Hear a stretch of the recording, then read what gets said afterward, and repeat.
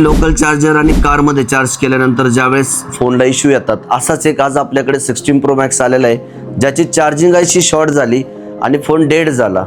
आता डेड झाला म्हटलं की कस्टमरचा डेटा खूप महत्त्वाचा होता आणि ह्या हिशोबाने आपण क्विक काम करतोय. चला तर आपण याचं काम बघूया आता कसं होतंय.